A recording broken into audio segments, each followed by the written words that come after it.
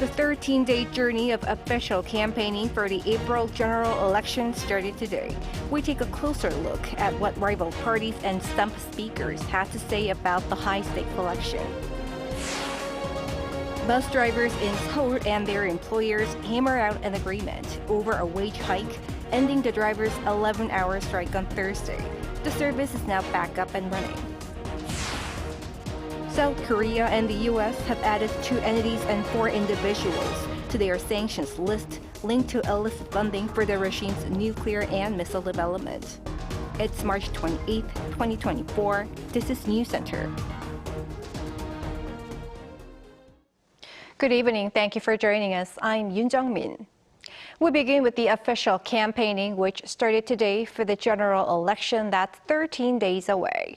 Eligible candidates and crowds fill the streets with speeches, music, and cheering for the high-stakes election. Our National Assembly correspondent Lee Si-hoo takes us to the site. Sounds of cheering and music filled the streets on Thursday as official campaigning kicked off for the April 10th general election. From early morning, candidates embarked on the final part of their journey to win seats in the 22nd National Assembly of South Korea. Ruling People Power Party's interim leader Han Dong-un visited Seodaemun-gu district in northwestern Seoul to call for support for the party and the candidate running to represent the district, Lee Yong-ho. Han said the outcome of the election will determine whether South Korea moves forward or backward. This is not just an election repeating after a few years. This is a really crucial election that will determine the fate of South Korea. Promising reform in the economy, people's livelihoods, and politics, Han continued his speeches in Yongsan-gu district in central Seoul, the same district where the main opposition Democratic Party held its campaign kickoff ceremony.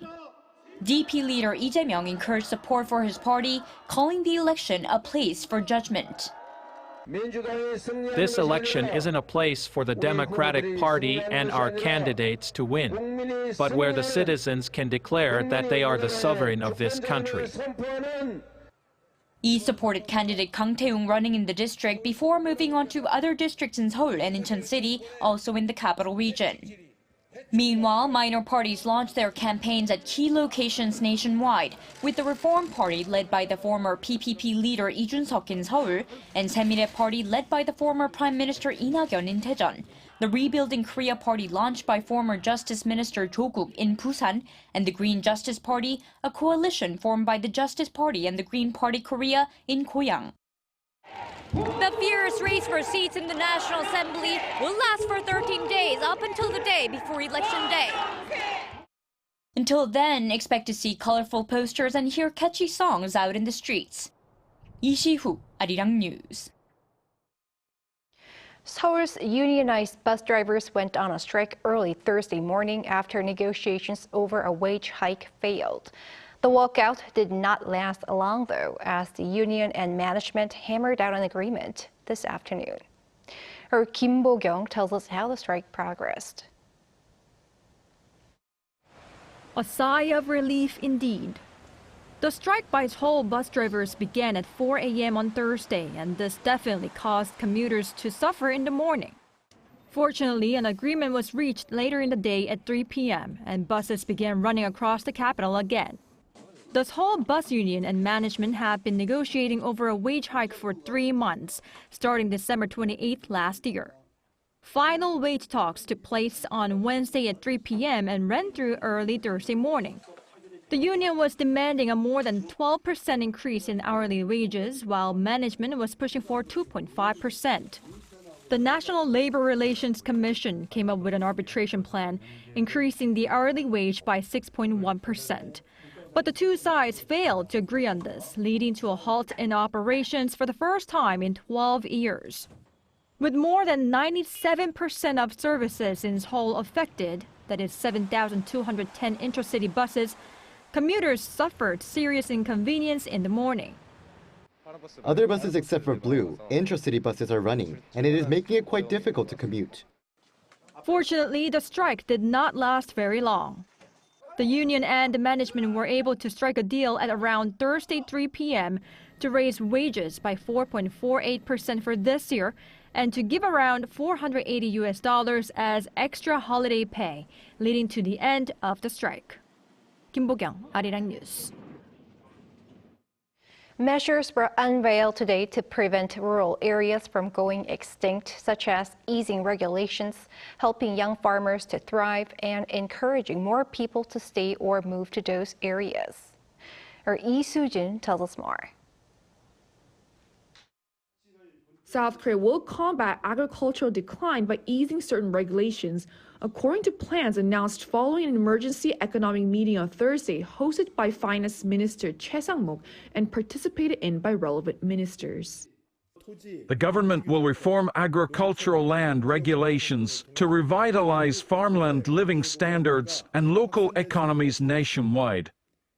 The Land and the Agricultural Ministries will work in tandem to reform regulations by the end of the year, which will promote all forms of vertical farming.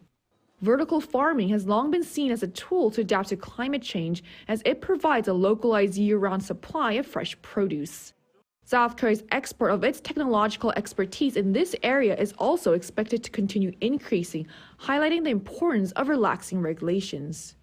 There will also be pan-governmental efforts directed towards allowing residential facilities in rural areas to be built in which people from the city or those on weekend farm experiences can stay, a move aimed at boosting local economies. And to address the growing possibility of agricultural extinction, the Agriculture Ministry's New Ruralism 2024 initiative aims to transform living standards on farmlands to encourage people to stay or move to rural areas. This comes amid concerns over the rapidly decreasing rural population. South Korea's rural population is expected to fall 12% by 2050 compared to 2022, greater than the projected 9% decline in the overall population over the same period, according to the Agriculture Ministry. The initiative includes providing training programs and monetary support to young farmers and entrepreneurs in the agricultural sector. Laboratories and test facilities will be built by the ministry for businesses to test agriculture technologies and products. Related ministries will work together to improve rural communities' living standards by increasing access to healthcare and childcare services. Lee Soo-jin, Arirang News. The government has renewed calls for trainee doctors to return to their respective hospitals, reaffirming its pledge to enhance working conditions for junior doctors. Choi Soo-hyung has the latest. The South Korean government once again urged trainee doctors to return to their hospitals by the end of March. The government said interns won't be able to start their new training in the hospitals unless they finish their new employment registration by next Tuesday. To all trainee doctors, please return to the training hospital until March. For those who have been accepted as interns this year, you are required to register by April 2nd. If you fail to register by this deadline, you will not be able to undergo internship training for the first half of this year. The government has also stated that it will promptly improve in the working conditions for trainee doctors. Firstly, it plans to shorten the working hours of trainee doctors, enacting medical laws to limit maximum shift length to 36 hours, starting on a trial basis from May.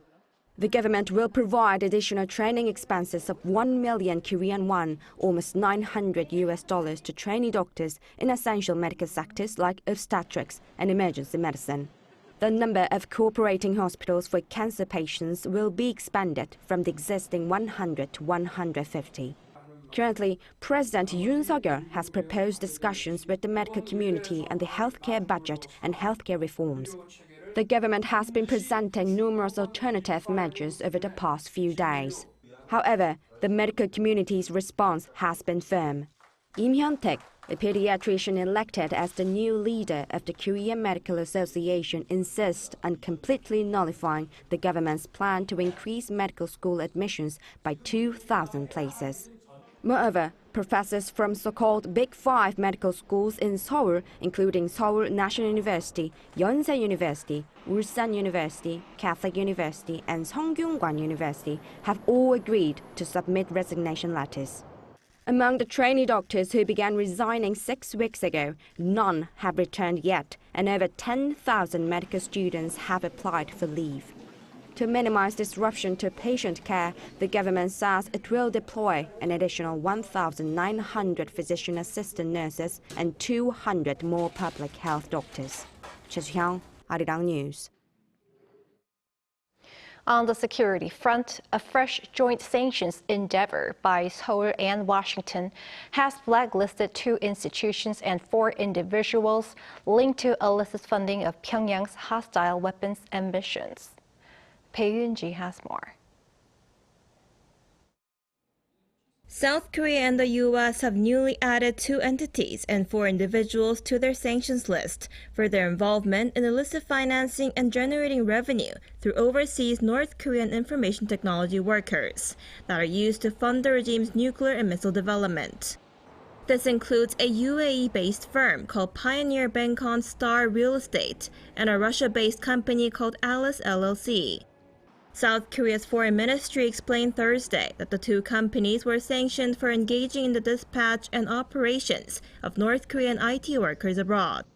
Also on the sanctions list are 4 bank representatives, Yoo Bu-ung, Han Chul-man, Jung Sung-ho, and Oh In-jun, for evading sanctions and funding North Korea's nuclear missile development through illegal financial activities such as money laundering.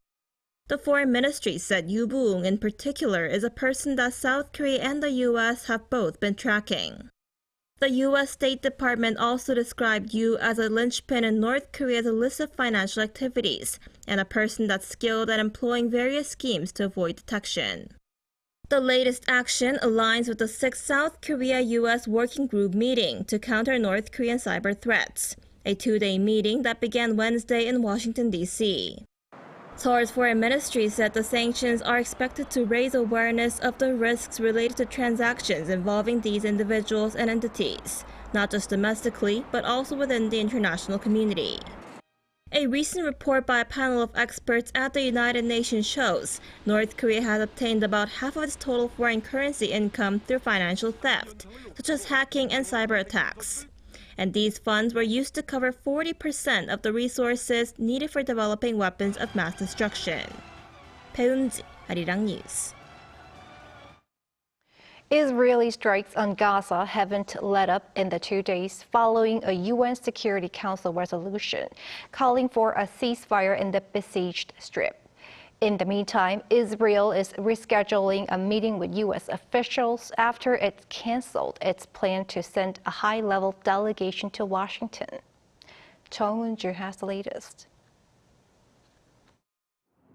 Israel's Air Force continued to strike the Gaza Strip on Wednesday, 2 days after the United Nations Security Council passed a resolution calling for a ceasefire. The Israeli military said that warplanes had hit dozens of targets over the previous day, including tunnels, military compounds, and militants, while Hamas's military wing also continued to carry out attacks against Israeli soldiers.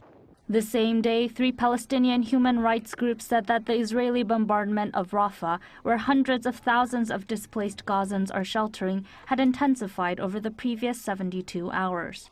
Israel and Hamas appear no closer to negotiating a halt to the fighting, with significant gaps remaining between them. The UN resolution, which was passed on Monday, called for a ceasefire for the remaining weeks of Ramadan and the unconditional release of all hostages held by Hamas militants in Gaza. The United States abstained, which allowed the resolution to pass, leading Israeli Prime Minister Benjamin Netanyahu to call off a planned visit to Washington by a senior-level Israeli delegation. The White House confirmed on Wednesday, however, that his office had agreed to reschedule the planned meeting between U.S. and Israeli officials to discuss operations in Rafah. Meanwhile, Israeli troops reportedly surrounded both Al Amal and the nearby Nasser hospitals last weekend amid intense fighting in the west of Khan Yunis. The Palestinian Red Crescent Society announced on Sunday that Al Amal Hospital in southern Gaza was out of service after Israeli troops forced medics and patients to evacuate and expressed its profound regret for the closure. Since early last week, Israeli forces have also been raiding Al-Shifa Hospital in what the military has said is an effort to crack down on Hamas. Humanitarian organizations have expressed alarm over the situation at the medical facility, which, along with the surrounding area, had been sheltering thousands of people. Chung Eun-ju, Arirang News.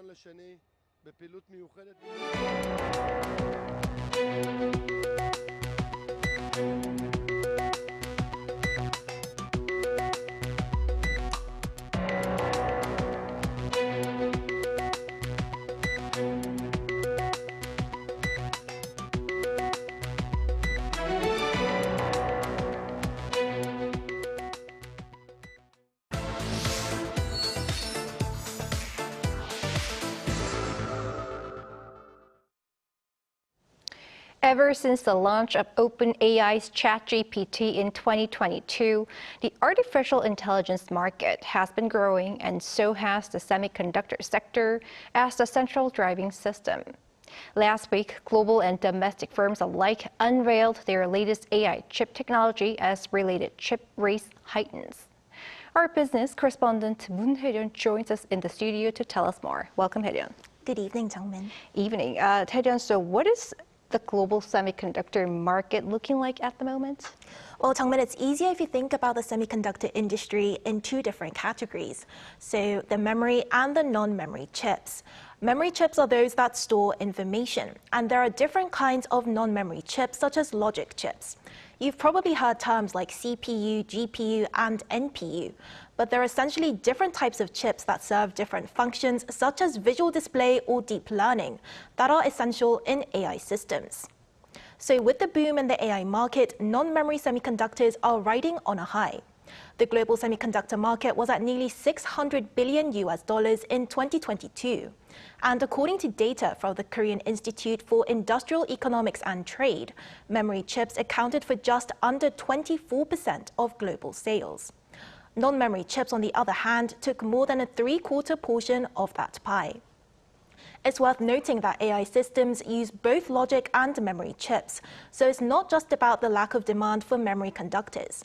Non-memory chips accounted for the majority in terms of sales because they're a lot more expensive than memory chips.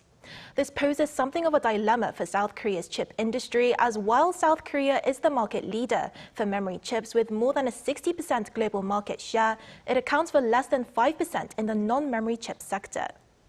Does this then mean that South Korea is lagging far behind in the AI chip industry? Oh, Jung-min, that's actually a very good question, because recent developments have actually seen South Korea jumping on the AI chip bandwagon. And the market leader in AI chips at the moment is US firm NVIDIA, with around an 80% market share, and saw its revenue almost triple on year in 3 months up until January. But just last week, the California-based firm unveiled its latest new chip architecture model called Blackwell.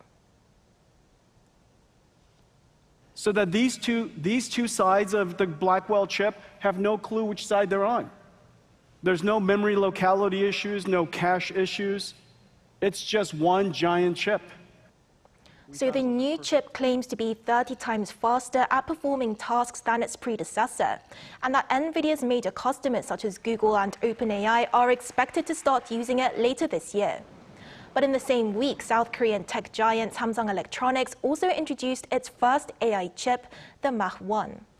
The new chips will be supplied to the South Korean online platform Naver by the end of the year, prompting it to reduce reliance on NVIDIA for AI chips.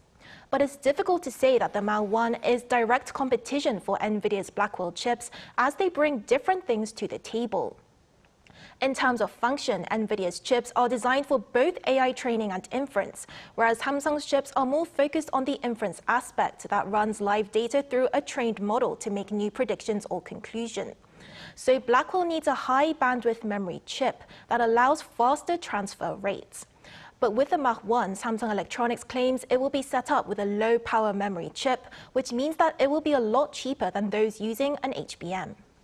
Hae-ryun, what can be done to help domestic firms gain ground in the AI chip race? So in countries such as the US, financial grants are given to local companies to, help them gain an edge in the market.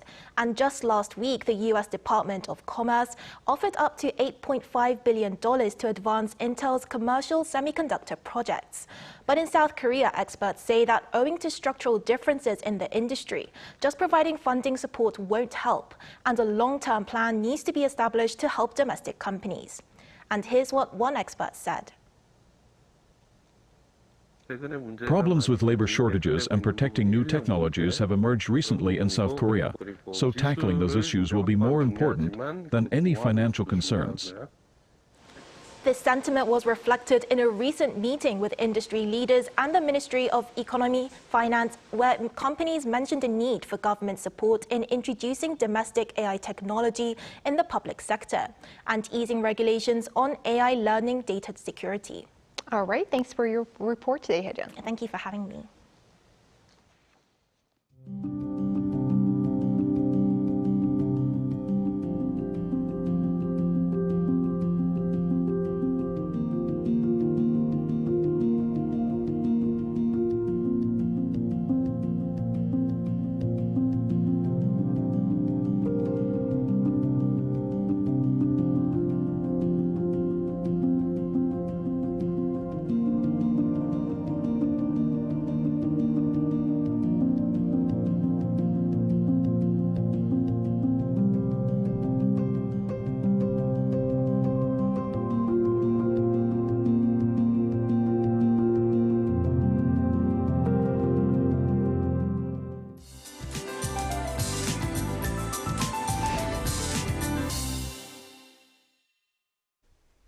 There was spring rain all over the country today. The amount of rain in inland areas such as Seoul was not large, but there are places where dirt rain has fallen.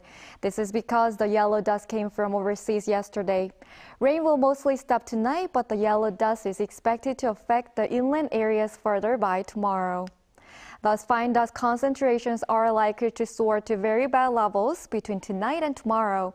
As a special fine dust warning is expected to be issued in some areas tomorrow, people with respiratory diseases need to pay attention. For your information, the average number of days of yellow dust nationwide in spring is about 5.4. However, it is predicted that there will be more yellow dust days this spring. A protective mask is necessary throughout the season. Tomorrow morning, Seoul, Gwangju, and Gyeongju will start off at 5 degrees Celsius. Highs will be topping out at 14 in Seoul and Chuncheon, Gyeongju and Jeju, 21 degrees. It will be warm over the upcoming weekend, but with yellow dust, so you need to be prepared. That's all for Korea. Here are the weather conditions around the world.